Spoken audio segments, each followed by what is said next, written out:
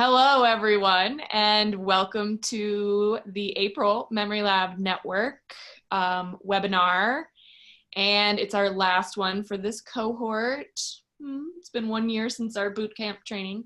But we are so lucky to have today with us Jennifer Serventi from NEH and Kathleen Tefft from the NEH as well. And they are both going to share with us about funding opportunities from the NEH, and then we're gonna come up with lots of really wonderful questions to ask them as well. So take it away, Jennifer and Kathleen.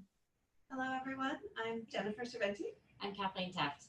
And we really do appreciate you, the invitation to join you. We know the Memory Network was funded by our sister agency, the Institute of Museum and Library Services. We often do work with them, and so you probably already are very aware of the funding opportunities available to you through the Institute of Museum and Library Services. So we wanted to spend a little bit of time also sort of bringing onto your radar screen some of the opportunities offered by NEH that might complement the work that you're doing with the Memory Lab Network, or also because you are representatives of your institution.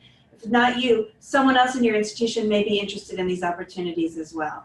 So I'm going to actually pass it over to Kathleen, and she's going to talk a little bit about some of the opportunities offered through her division. Great, thank you, Jen. And thank you all for your time today. As Jen mentioned, our division has a few grant programs that you may be, or your institutions may be interested in. I'm going to outline just 2 of them and give a few examples of recent awards in each category. And then Jen's going to outline some other programs, and then we'll be happy to take questions. So the first program you may know about already is Preservation Assistance Grants for Smaller Institutions. And this program is really geared towards helping small and medium-sized institutions improve their ability to preserve their humanities collections. We've funded public libraries in this category before, often for archival materials that document local history, and we are increasingly seeing requests for preservation assessments of digital collections. Let's see, you can see the list of activities we fund in preservation assistance grants summarized here, and again, the opportunity to bring in a consultant for a preservation assessment applies to digital collections. If your library is ingesting some of the materials digitized by Memory Lab users into your own collections, this might be a good opportunity to bring in a consultant to help create a preservation plan, either in the short or long term, for those materials. We have up on all of our grant program resource pages sample narratives of past successful applicants, and one of them I'll point out for this program is from the Chester County Historical Society in Pennsylvania. And they brought in a consultant to help them draft a 5-year digital preservation plan. They have a lot of digital assets, including over 80,000 photos, many of them documenting the Quaker and African American communities in their county. Another PAG award that I'll mention is was for a combined preservation assessment of both physical and digital assets held by Davidson College in North Carolina. And they had 58 born digital films, 35,000 digitized photographs, and dozens of born digital audio files. Really a treasure trove of assets documenting the college and the surrounding region. And they were able to bring in a consultant to really assist the college archives and special collections staff create a more integrated preservation plan for all of their holdings. So those are two examples for this program. And the second program I'd like to talk about, oops. Too far. Hang on. Oh, there we go. Is Humanities Collections and Reference Resources. This program supports digitizing collections, but it also supports description. So making the intellectual content of your resources widely available through arrangement and description of archival and manuscript collections, cataloging collections of printed works and photographs, recorded sound, moving images, really everything, art and material culture, and born digital collections. I'll move on to the list is a little bit longer. This is our largest funding category in our division, so you can see the awards go up to $350,000. An example of this type of grant went recently in 2018 to the Wisconsin Library Services. As you may know, is a statewide library consortium and digital service provider. They received funding for a 2-year project to digitize, preserve, and provide access to more than 1,100 oral histories documenting the lives of Wisconsin veterans and civilians during wartime. Prior to this, I'll mention that we had supported a planning grant, which we call Foundations, for the Wisconsin Library Services. And they use this year-long planning period to identify relevant recordings from statewide repositories. So they went to a range of small and mid-sized institutions, including public and academic libraries, archives, museums, and especially veterans memorial sites in all parts of the state. So we funded both the planning and the implementation of this resource dedicated to veterans' oral histories. The consortial approach is one we'd like to encourage for local and regional history collections. I'll give you one more example from 2017, a planning grant that we gave to the University of Virginia for a federated resource that would link historical archives and artifact collections from a member network of 14 museums and historical societies on the eastern shore of Virginia. And they were able to, through the planning process, create a detailed assessment of the holdings of the network members and develop an intellectual control scheme for the holdings, and then create an initial design for a public access interface. So again, as I said, there are 2 levels of funding here. Foundations is what we call our planning projects, and then for implementation. And I'll note within the foundations level, there's the opportunity, really a special encouragement, to support interinstitutional planning and pilot activities between smaller and larger repositories. You'll see it in our guidelines. It's listed as the mentorship partnership opportunity. And we think it might be a really good opportunity for community-based cultural heritage institutions to come in at the planning level, to have some money and time to figure out the relationships and how to design workflows for providing access to some of the wonderful assets that you have. So that's a particular area we'd like to encourage. And I'll pass it off here to Jen now. Sure. And I will note that within the agency, our office works most closely with the Division of Preservation and Access. So I am with the Office of Digital Humanities, and I want to talk about a couple of opportunities that I hope will be sort of interest to you, if not as applicants, then as consumers of some of the materials produced. So you don't have to actually manage the software development itself, but through our Digital Humanities Advancement Grant Program is where often tools are developed for, or plugins for existing platforms or tools for projects particularly aimed at audiences that don't want to do tool development themselves or platform development themselves, but it's better for them to use tools that were developed with their audiences in mind. So that is, those are often funded through our Digital Humanities Advancement Grant Program. And as you can see, it can do, it's very capacious. In some ways, we say this grant program is the yes until no grant program. You get to make the case as to why you think it fits well. We do try to ensure that we are complementing the work of our colleagues in the Division of Preservation and Access, or Division of Public Programs, or anywhere else in the agency. But we do sort of imagine this as the grant program that sort of fills in the gaps across the agency. So, for example, it was this grant program that funded the development of the Scalar platform for publication. So particularly as some of your memory network teams start to sort of develop collections and community-based work, having them and showing your members how to put some of those materials then into a narrative form to tell the story of your communities. Using the Scalar platform is one way of doing that. Or if you're interested in a transcribing or crowdsourcing project, we've given awards both to the Omeka team to develop a crowdsourcing plugin and to Zooniverse to develop more materials and support materials to make that crowdsourcing platform easier to use, particularly for audiences that don't have a lot of support at on their at their home institution. So that's the goal of the Digital Humanities Advancement Grant Program. As you can see, it offers funding for up to 3 levels. So certainly as the Memory Network sort of grows, and if ideas come up, we're certainly happy to talk about them with you, but sort of put that on your radar screen. But more importantly, follow the work of the awards that come out of this. There is a tremendous attention to developing user documentation and user communities with some of these tools. So we want to make sure that they are useful and valuable to sort of their intended audiences. So definitely keep an eye on the Digital Humanities Advancement Grant Program. The other opportunity that I want to sort of bring to your attention is our Institutes for Advanced Topics in the Digital Humanities. And that's our professional development program. It is sort of the acknowledgement that great projects only come from people who are part of a community, who can speak with each other, who identify sort of needs for the broader field.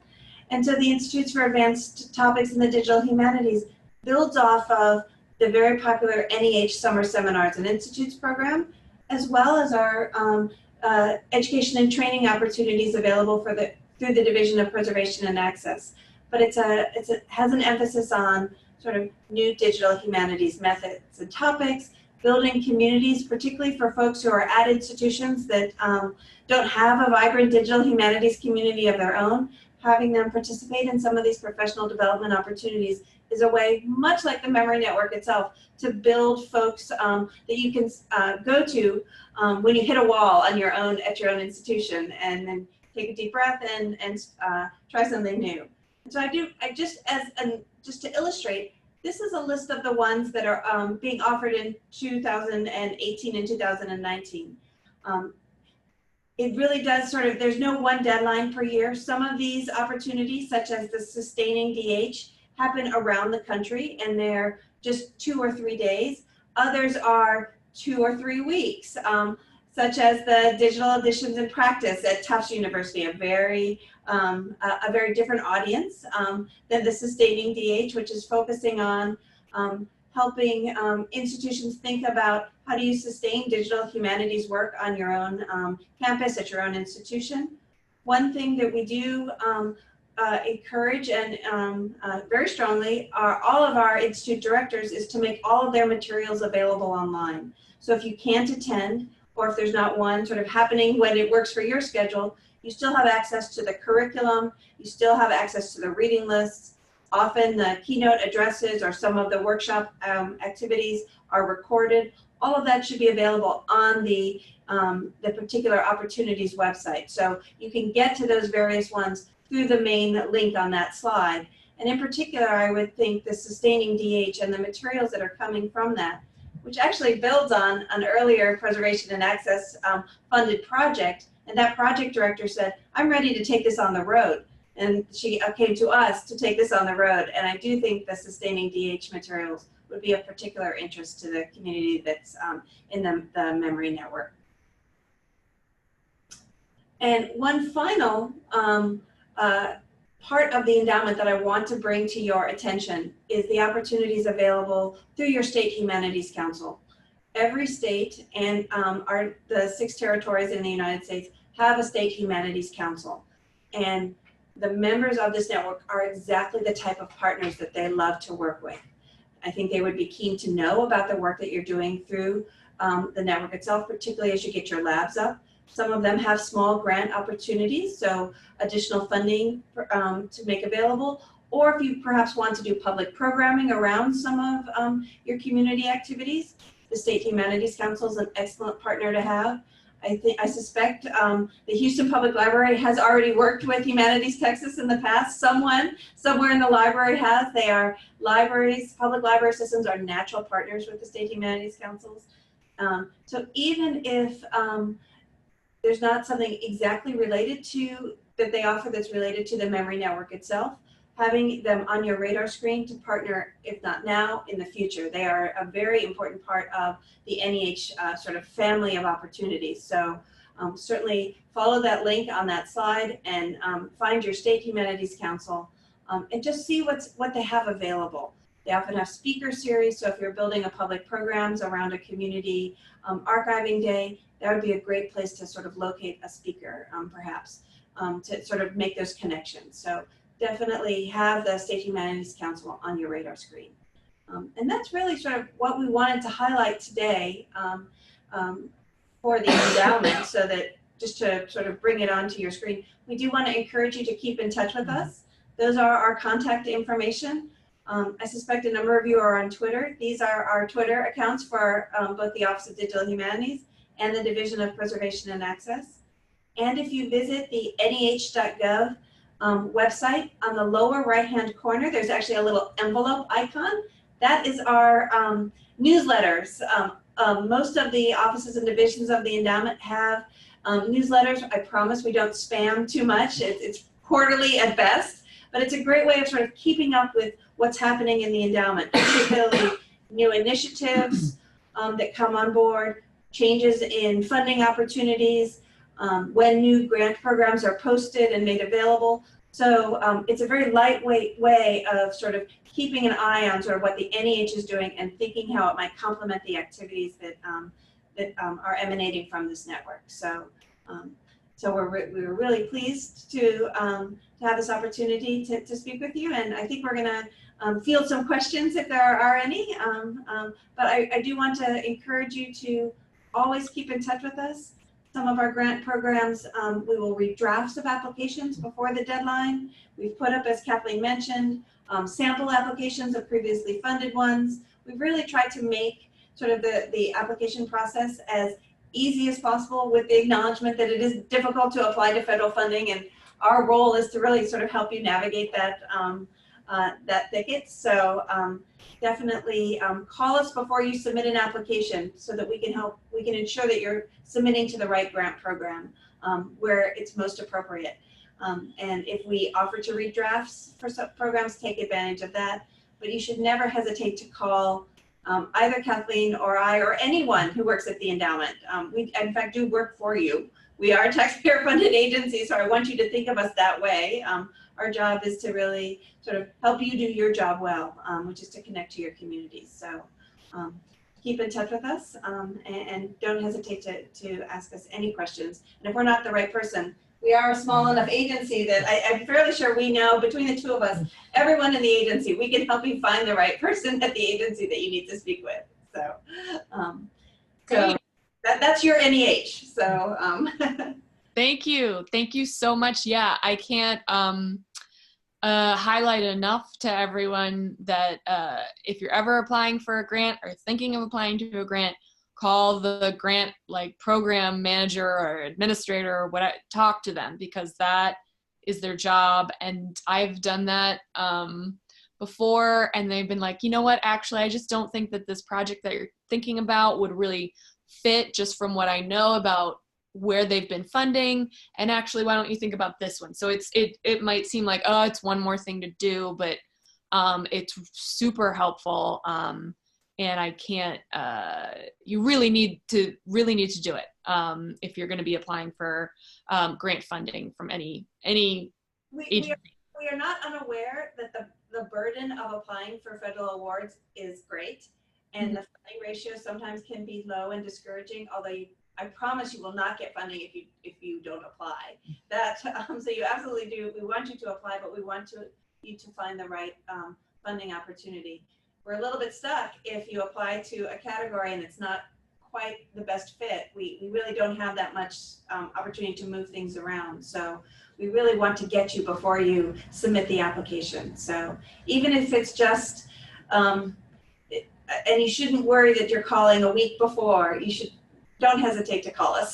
So that is really nice of you to say that, because yeah, I definitely get very like, oh man, I'm doing this super late and I'm procrastinating. So. Ask for drafts about 6 weeks before so we can respond to them in a meaningful way. But if something comes up and you're just not sure of it just before you hit the send button, definitely feel free to get in touch with us.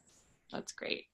And then you were saying, you were saying that about the state, what are they? The state agencies? What exactly are they? there are state humanities councils. They are, they're a little bit different. Many of you also may know about your state arts commissions or arts councils. The state humanities councils are independent organizations. They do get a substantial part of their budget from NEH, although they also, many of them also get state appropriations. They do a significant amount of private fundraising as well.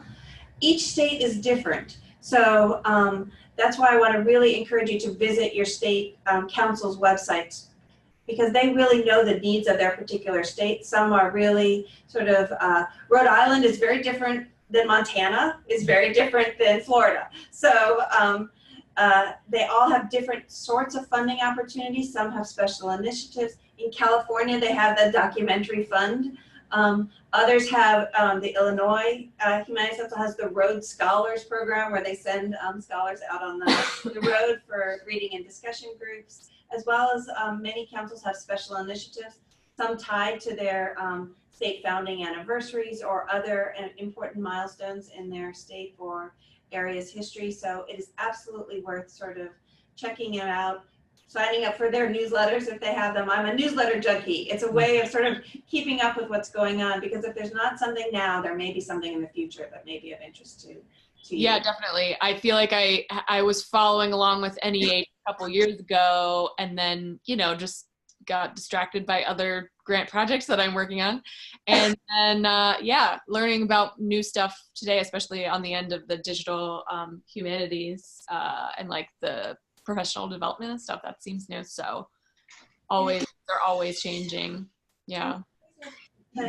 Special sort of endowment-wide initiatives going on, sort of the Standing Together, which is to connect veterans back to their communities.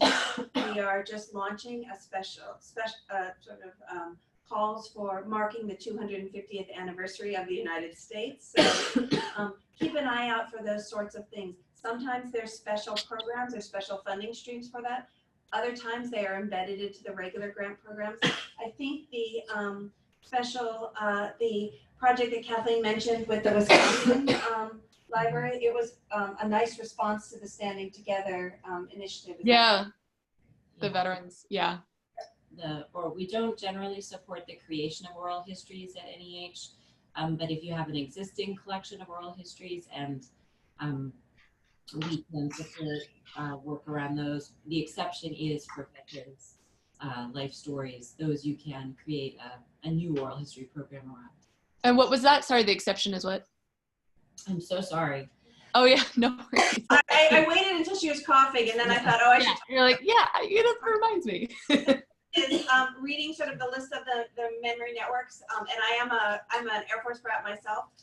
Many of you do have veterans communities in your space, so reaching out, making connections with some of the veterans organizations, and sort of keeping them in mind for some of the NEH initiatives around Standing Together, particularly those offered through our Division of Preservation and Access. It seems like it would be a very nice mix between preservation and access's funding streams and an opportunity to reach with to your own veterans communities in your own local area. Yeah, absolutely. And yeah, tying in with the Memory Lab, we at DCPL, like we regularly do veterans events and things like that. So I think that that's a great idea. And then also I wanted to point out that the state councils that you mentioned also include tribal libraries to be able to apply to them. And yeah. Yes, and I would say tribal libraries are always available for NEH funding too. So if you are working with them, I know you have one of them, one of your members are, they are most welcome. We really do what all of you, let's be honest, all of you represent underserved communities, and you are some of our target audiences, and particularly the preservation assistance grants for smaller institutions. We have a special encouragement built into that program for Hispanic serving institutions, for HBCUs, for tribal colleges and university libraries. So very much would like to see applications from those institutions. So, and I would note, I know you all are doing sort of memory sorts of work. disaster preparedness is part of that, and sort of being prepared, but also, am I remembering correctly, in the humanities collections and reference resources that you can do after a major disaster, also collect oral histories and do. Yeah. I hate to bring this up because I'm thinking of Houston and everything went through. Yeah.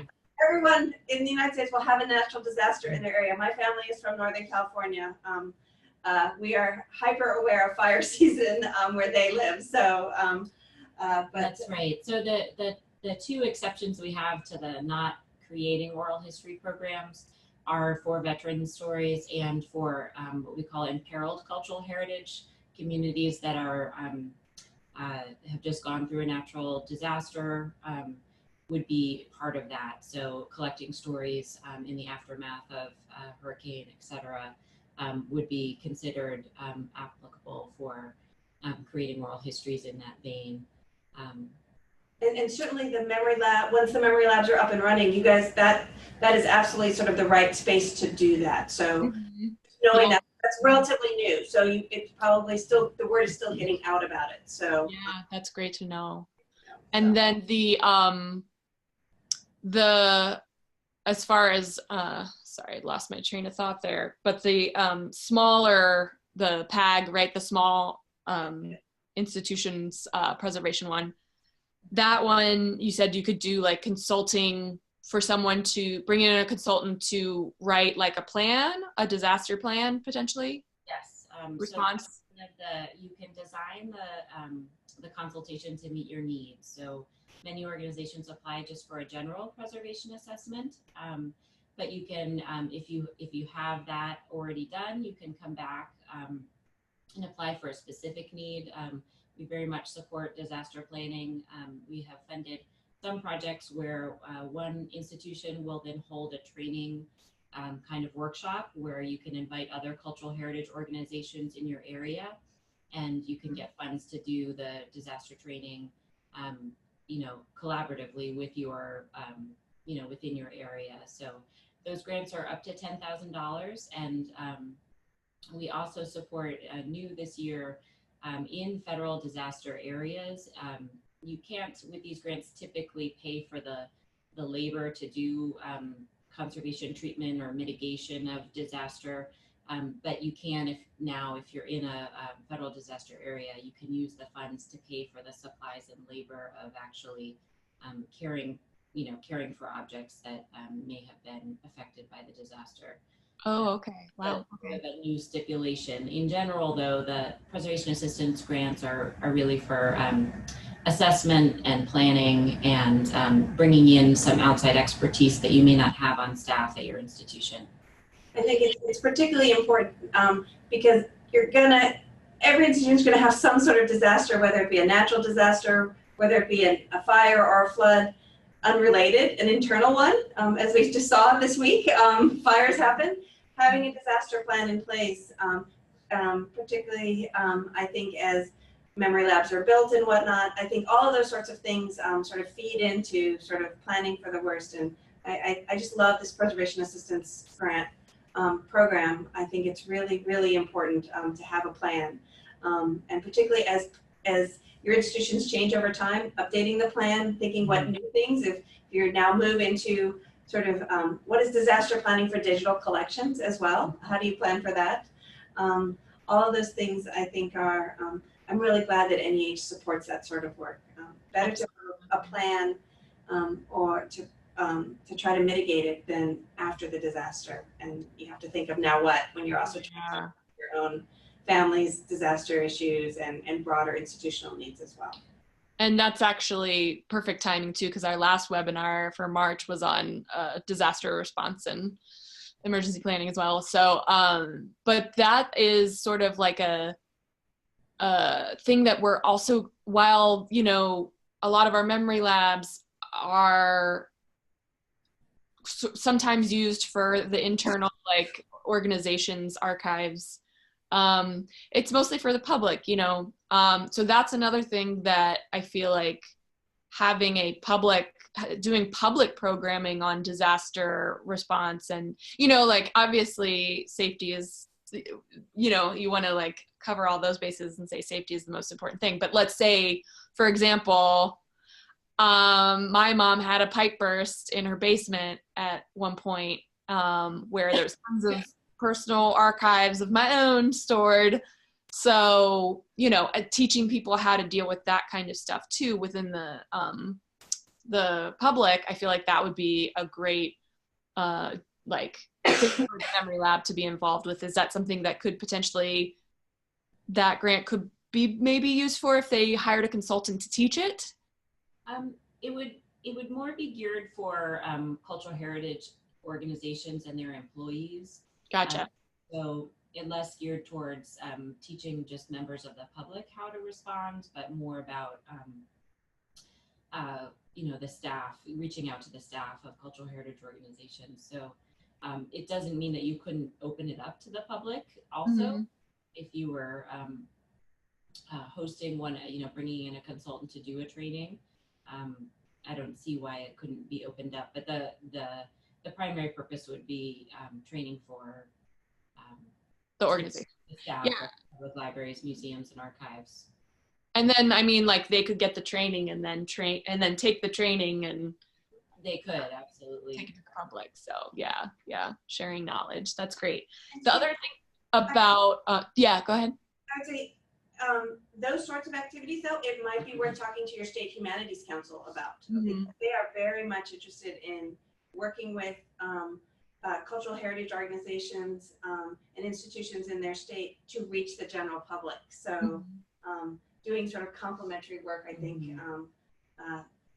it never hurts to ask as well. So. Yes, absolutely. Yeah. So the one thing about the smaller or grants too is I think some of us are in this boat where we wouldn't necessarily be classified as a small organization because, yes, I see Matt nodding. Yeah, Houston. But like, and same with DCPL, like I'm pretty sure that we wouldn't qualify for a small. Well, we don't actually have a cap. There isn't, because we serve such a wide variety of institution types, there isn't the same thing. There is no one operating budget or full-time employee ratio that we could apply that would work for a public library versus a historical society in all parts of the country. So we're very flexible actually with that definition, even though in the title it says smaller institutions. We have supported medium-sized institutions. We ask you to compare yourself to your peers, thinking of your peer institutions in maybe the same region, whether you would, how you would describe yourself.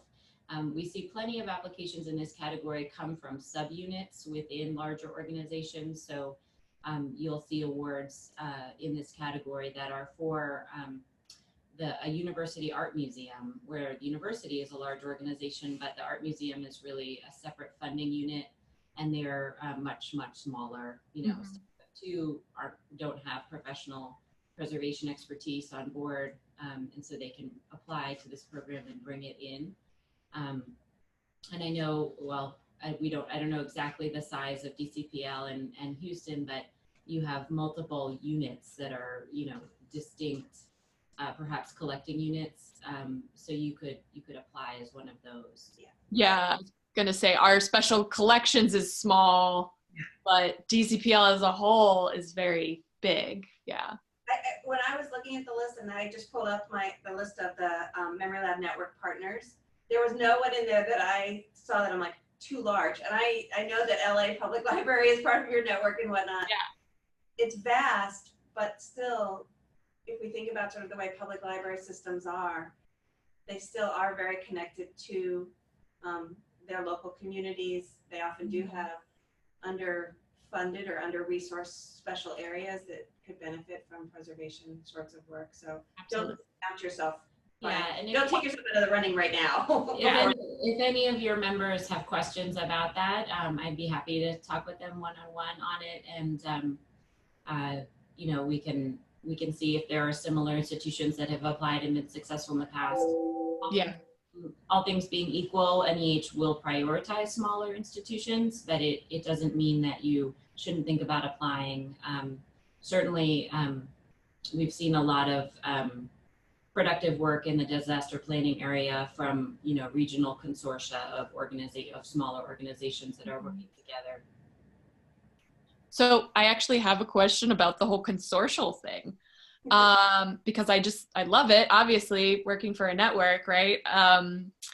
But I was wondering, is it, so, you know, DCPL decided to be the head of this sort of consortial thing, but they're the main, I feel like I see that a lot where there's one organization that is a collecting organization themselves, or, you know, a library, and then they are the base for it and they support others. And but what about a professional organization that's related to, you know, if it was American Library Association or something like that, that wanted to bring in, not like I'm saying that they do, but that wanted to like bring in or do a group, and they had like a bunch of their members that, or they wouldn't have to be members, let's say, but that wanted to like join together and create something like a portal, or I don't know, database, joint digitization. The answer is yes. We often do have those sorts of organizations, as long as they're sort of a 501c3 eligible institution, so they can manage the money well. They would have to be good stewards of the project, but certainly consortial arrangements of these sorts of institutions that sort of have member organizations that are part of it are eligible applicants and have been successful across the agency as well. Mm-hmm. I want to say a little bit about the preservation. Education. Yeah. So we do have one grant opportunity that's for providers of education and training in preservation and access areas and topics, and so it's called Preservation and Access Education and Training, and it's for you know, organizations that can reach out to a regional or national audience. You know, sometimes like the field service organizations often apply, and some of their programs reach smaller institutions through the programming that they provide with NEH support. That could be open to professional associations applying as well to do education and training initiatives for their members. So that's something to keep in mind. Yeah, or like a, you know, Mid-Atlantic Regional Archives Conference or something. Like, what if they wanted to, I don't know, I can just see like, a regional, especially regional, similar organizations needing to band together for the same thing, like digital preservation or even physical storage, who knows, yeah. It's absolutely worth exploring, particularly if there is an organization that already sort of has their 501c3, their eligible status. I think trying to set up a group to apply for awards and starting with the NEH may be a bit more difficult, but if there are existing either consortia or field service organizations that have in place the infrastructure to manage awards, they certainly can be the applicant of record and work with a lot of different member organizations. Through education and training, we funded the Digital Power Project, which went to, I think, Northern Illinois University, and then I think they first got funding through IMLS to develop the curriculum, but then they pushed it out with NEH support through an education and training grant to members that way. So that's something, that's an example, I think, of what you're talking about, trying to reach digital preservation practices, reaching out to a lot of different sized, smaller organizations. Mm-hmm. Yeah, that's awesome. I just spoke at one of the Digital Power at NBC. This federal funded operation without having to manage the federal dollars, which comes with a lot of requirements and responsibilities. So any sort of regional or membership consortia, that's a wonderful way because that is part of what they're set up to do, is to provide to their members. So gotcha. Or to have an institution, a larger institution like DCPL step up and say, we will take responsibility for managing this, but we're gonna, part of our part of our goal or mission is to bring more people into the fold and to set up a community. So yes, that's not uncommon across the agency as well. Gotcha. And anybody else have any questions? I don't want to just hear myself speak too much. Erin, I see that you joined us. Hi. There might be a text box too somewhere. Let's see. Here's the chat, so you can type it in the chat if you don't have a audio connection. That's the word. Just want to say this. Erin says Erin, right? Or who is that? Because it just says E16. Thanks, Matt. Okay, it's Matt. Matt says, just want to say that we're excited for the recently awarded NEH grant for Texas archival resources online. Yay! I didn't even know about that, so I'm gonna have to Google about that. That's a project from Division of Preservation and Access, and we're very pleased to support it. So awesome! Yeah. Yay! That's great. Cool. And if anybody else has any other questions, I'm trying. I feel like I probably do. I always have a million when it comes to this kind of thing. So, like, also an example, Matt says, where University of Texas is the lead of a consortia. Yeah. Yes. That's awesome. Yep. What were you gonna say? I would say that's a really good example. Some institutions have already a substantial amount of resources. They should be stepping up and doing these sort of regional or community-based sorts of things. Part of their mission and goal is to share their resources and to share the infrastructure that they already have in place to manage these sorts of projects, to make it available more broadly. So it is lovely that the University of Texas is stepping up to do that. Yeah. I know also in Texas, the University of North Texas has the digital public, there's a public library sort of that feeds into the Digital Public Library of America that's managed by the University of North Texas. So Texas is doing sort of statewide consortia. Cool.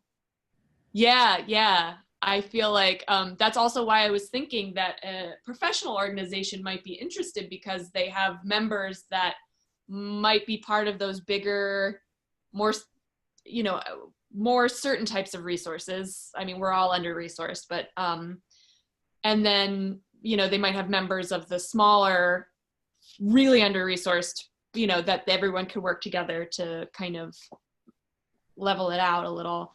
But yeah,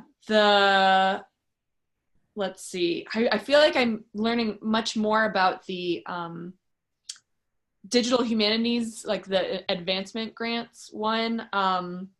The tools and plugins, I mean, I'm pretty sure I could probably just go online and Google it a bit more and then learn more about it. But yeah, so you said tools and plugins, so like something that's already been made, and then we want to, let's say the Memory Lab was like, we want to take this and have someone that does that work, because that's not me, turn it into something that's more Memory Lab oriented or public facing kind of thing. Not only for your members, but also then can continue to bring people to use some of the resources, but also even if they don't want to talk to you ever, they want to use any software that's developed. So a real emphasis on open source software with appropriate documentation. Right. With an eye toward also continuing to develop a user community around it. One of the slides that I had had the Makutu Platform, also sort of somewhat jointly funded by the Division of Preservation and Access as well, but really a sense of we're developing this for a particular audience and community with particular needs, but it is also available for anyone who wants to use it. This one was developed particularly for the needs of Indigenous cultures and communities, and to really control at a granular level some of their special collections. But there is to be built on top of the Drupal net platform, but there's no reason why other institutions that have often need to have different sorts of access levels for different sorts of community members can also use the the software as well as the resources built around this community for their own needs and possibilities. So, and when you say user communities, that might just be me. Like I'm a little like, huh. So like, for example, just to make sure that I know what I understand. So like if someone took Makutu and then like, let's say I know Kuruk tribe, our one partner, uses it for their collections, but let's say that they wanted to, they had their own special needs from that and they wanted to like kind of tweak it a little bit for their own uses. So that wouldn't be covered by the grant because it's only going to be used by them. Is that what you mean by user community? It could. You don't come to our office with just saying it's going to start and stop with our own Organization needs. It's really we have identified an issue, a problem. It's our problem, but we also know from talking to our peer institutions, however you define them, whether they be within our peer institutions may be other historians or other philosophers. It also may be other small institutions with collections that need to be digitized and transcribed. So it's part of your application to this particular program is saying, this is a problem that we have that we know others do as well. Here's our proposed attempt to address it. We either want to start at an early stage with a planning at a level 1 stage to bring people together to talk about ways forward, or at the level 3 stage, we already know what we're doing. We just need to hire the programmers and the community managers to talk about building and sustaining and managing it. So there's funding at different levels of the, at different stages of the project, depending on sort of where they are. But really, if it's to develop software for a particular institutional need, this is probably you'll probably be less competitive within this program. You really need to think more about what we're doing can benefit more broadly, more than one institution in some ways. Never come into the Digital Humanities Advanced Grant alone and say, this is our problem and only our problem, and our solution only works for us. Gotcha. In part because that puts an onus of sustainability on a single institution, and that's and then that's sort of the thing too about sustainability, because like that's the thing that we're concerned about with the memory labs as they go forward. And you know, our first cohort is sort of starting to be over. They're going to be opening their labs in the next couple months, and after that, after this project is completely done, where can how can we all sustain each other like continuously? And so this is where thinking about other funding opportunities is really important. And I mean, whether it's your local, state, or city or county, Arts or Humanities Council, to the NEH, to IMLS, I feel like a lot of these skill sets can apply, and like the things that you talked about. I mean, some of it's really specific, but other things I feel like it can apply to any grant. I don't know if you guys feel that way. Well, certainly across federal awards, there's so many things once you're sort of registered with grants.gov and whatnot, and thinking about some of the sorts of things that are asked, making the case for the particular mission of that particular funding stream is always important, but knowing sort of how to be, how to write for those communities. If any of you are interested in ever serving as reviewers for an NEH award or for your state humanities council funding streams, we want you to be sort of part of it. You are our community, you are our family as well. The members of this network are very much part of our family. So we want to make sure that you are participating in our discussions, as well as where NEH is positioning itself, sort of what are they for what you need. The preservation assistance grants is, I've been at the endowment a long time, so anything less than 10 years old is a relatively new grant program for me. It's a relatively new grant program because my colleagues in that division said, look at what we're funding, who is not at the table, who also has preservation needs. And that's why they started the Preservation Assistance Grants Program. In terms of knowing what the field needs. So not only do we want to push things out to you, we want to hear back from you as well as to what we're doing and not doing well too. So. And let's say that you're a small organization, very either new or under-resourced or, whatever. Would you say starting with a smaller grant or a planning grant or a phase 1 grant is usually the better call than shooting super I think high. in general, establishing a track record, demonstrating that you can manage federal awards in general is really helpful. Reassures our peer reviewers that you know what you're doing. I would probably say it's never a good idea to have your first application to NEH asking for $350,000.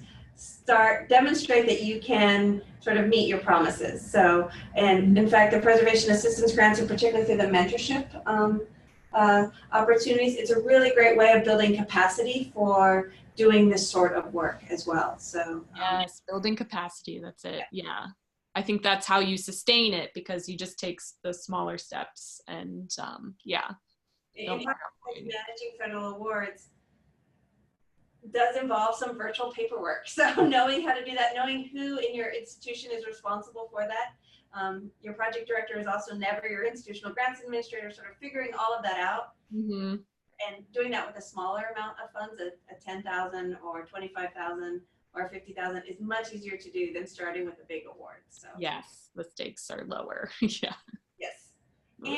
And a greater tolerance for risk for lower amounts. Certainly within the Office of Digital Humanities, we're much more willing to try to experiment at a level 1 than coming in at a level 3. Or what about also, yeah, I mean, you're saying level 3, but let's say you want like the level 3, but you're only asking for a little bit of money of it. Like you're like, I want the full thing. Yeah, don't even worry about asking for level 3. Those levels are really determined by the amount of funds. Gotcha. Okay. In ours, it's the levels are determined by the type of activity. So this can vary by division and office. So that's another reason to get in touch with a program officer and talk about what it is your objectives are, and how we can best match those with some of our programs. Yeah, I mean, it'll save everybody time. Just call the grant administrator. People like, yeah. And we've tried to provide some guideposts on the NEH website as well. If you're looking for funding to do this, these grant programs, sometimes there's multiple funding streams that may look promising. Take a look at both sets of guidelines. It never hurts to get in touch with someone at the NEH and say, I've also looked at this grant program. What do you think? Would it be a good fit? And sometimes we'll say, well, I'm not sure. Let me ask my colleague in another office or division. We'll walk over and say, hey, I just spoke to this person. What do you think? And if they say no, I'll say, great, then they should stick with us. And this is how they would need to pitch a proposal for this program. And sometimes I'll say, that would be great. It fits very much within this mission. And I say, great, I'll have them call you too. So yeah, it's like teamwork, totally. Yeah. And I've also like brainstormed with grants administrator where I was like, oh my God, I feel like I owe you something for like helping me figure out an idea. So, well, thank you both so much. It's the real one. So I really appreciate your time today. And this is great information, everybody. I really encourage you all to reach out to the NEH or other, agencies. And Jennifer and Kathleen, thank you so much.